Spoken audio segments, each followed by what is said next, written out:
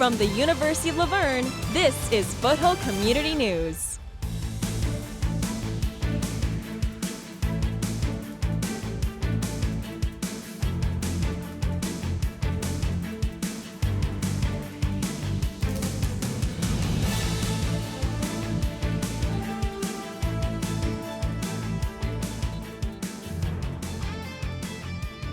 Hello, and welcome to another edition of Foothill Community News.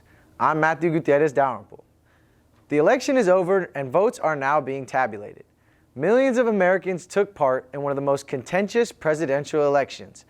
To find election results in your area, visit results.sos.ca.gov. At the University of La Verne, many decided to cast their vote early. Reporter Angel Oprah caught up with some first-time voters.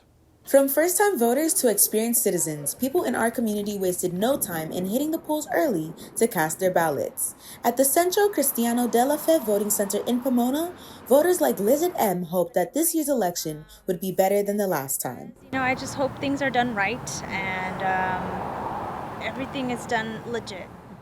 University of La Verne student Kyle Palmer voted for the first time. This is my first year I'm actually able to vote.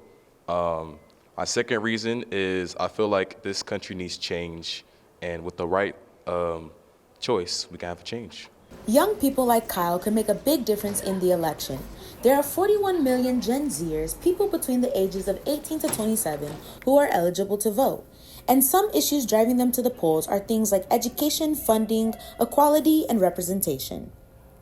I would say for me, it would definitely be equality. As a woman in this country, it's kind of hard to get the things that we need, and just with the whole project, the Project 25 that Donald Trump has planned, it was definitely something interesting that we honestly do not need. But feel about the choices and options that you have so far? I am, on one hand, very excited for the fact that there's seeming to be a change maybe within our voting, in that we're getting closer to having our first woman president, first black woman president, first Asian woman president. And I do love this idea of having this type of representation in office. As the election has been concluded, Donald J. Trump has been elected as the 47th president of the United States of America. Regardless of one's political leanings, this election captured the importance of civic engagement and the varied reasons that bring people to participate in elections. Reporting from the University of La Verne, Angel Oprah.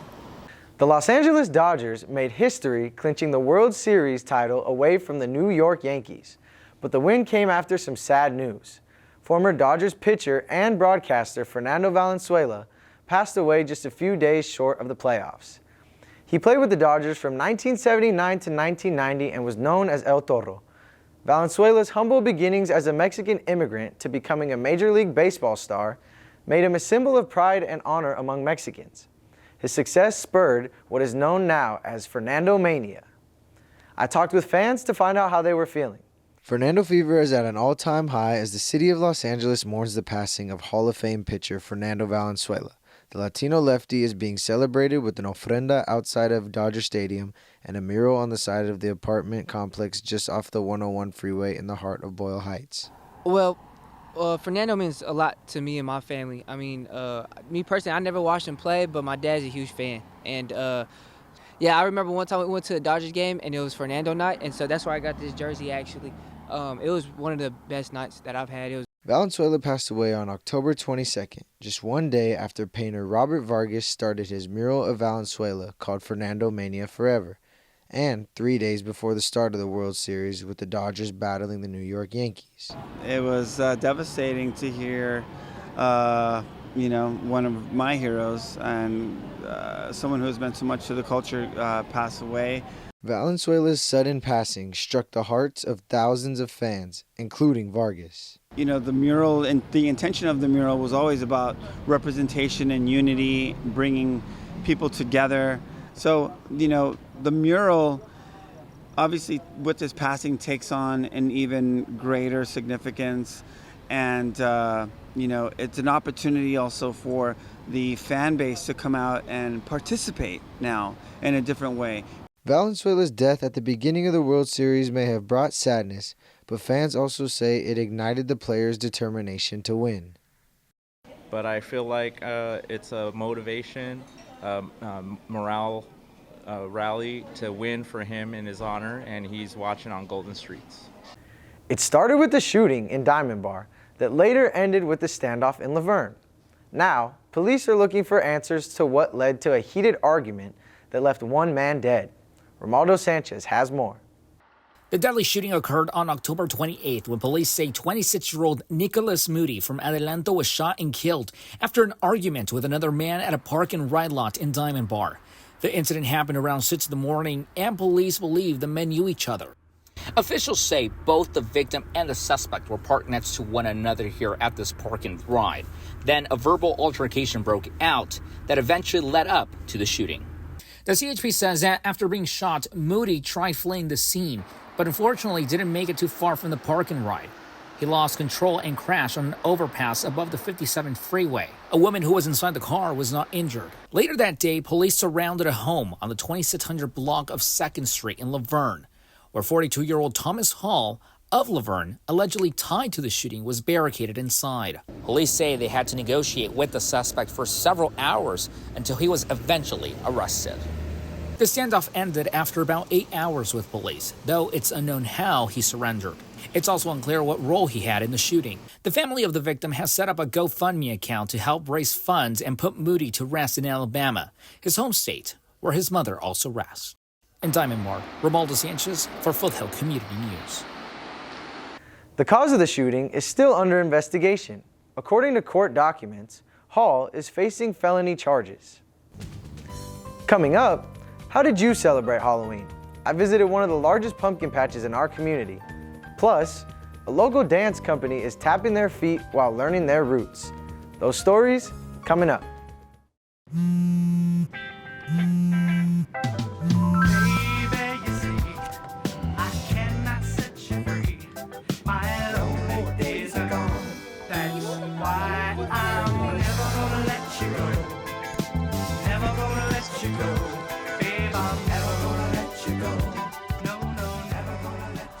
Here you go.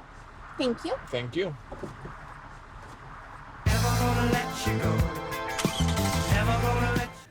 The Halloween season might be over, but Cal Poly Pomona didn't disappoint with its annual Pumpkin Patch Festival. I joined the fun before it all ended. The fields at Cal Poly Pomona College of Agriculture were littered with pumpkins as far as the eye can see. Nearly 40,000 pumpkins in all were harvested for the annual Pumpkin Fest. We grow our pumpkins. We grow our own pumpkins. We have corn maze. We have a sunflower maze, all things that we grow. And so it's really outreach to the community to expose people to agriculture in Southern California. While pumpkins were the main attraction, there was plenty of things for families to do, including interacting with animals from the school's farms, taking a tractor ride through the fields, and sampling the food from the many vendors on hand. The Baca family, who are Cal Poly alumni, brought their children out for a special celebration. Well, recently he was born in 2019, so it was his birthday on Halloween. Okay. But we're Cal Poly alumni, so we love coming over here and just celebrating Halloween. Along with fun attractions and delicious foods such as barbecue, roasted corn, baked potatoes, and sweet milkshakes, the festival also helped raise funds for the college's educational clubs. Sol Hernandez is the event chair of the Cal Poly Pomona Pre-Vet Club. So we really want to fundraise so that way we can give our students that opportunity. It also goes back to just our events that we have, like suture clinics, mock interviews. We just offer a lot of opportunities for our students to build their resume for vet school. A local dance company knows how to tap to the beat, but through its journey of dance, they have also learned about their Mexican heritage. Romaldo Sanchez has more.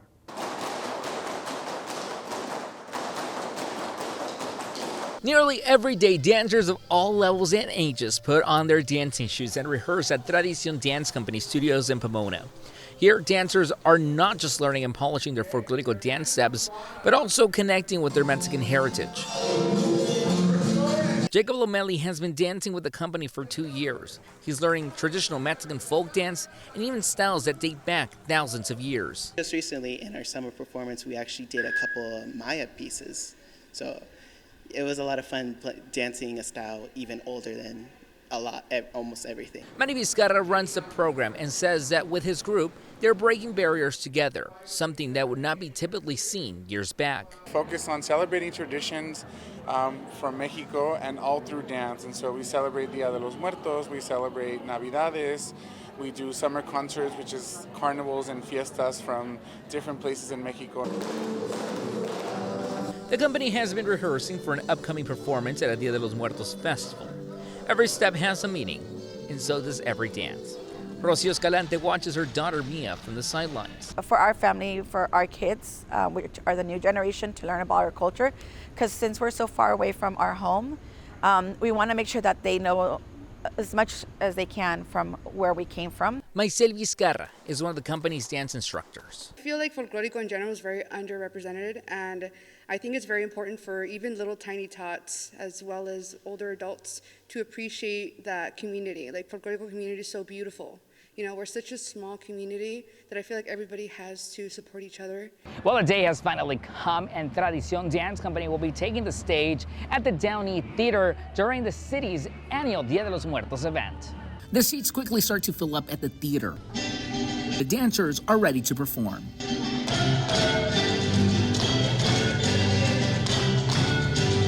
Many of them taking the true meaning of Tradición with them. I just enjoyed sort of, showing off my culture and showing off what I'm proud of, and I don't know, it's just the feeling is never going to change for me. Reporting for Foothill Community News, Romualdo Sanchez. That's it for this edition of Foothill Community News. Thanks for joining us. You can watch us anytime in our previous shows on our website at foothillcommunitynews.org. Catch y'all and see you next time.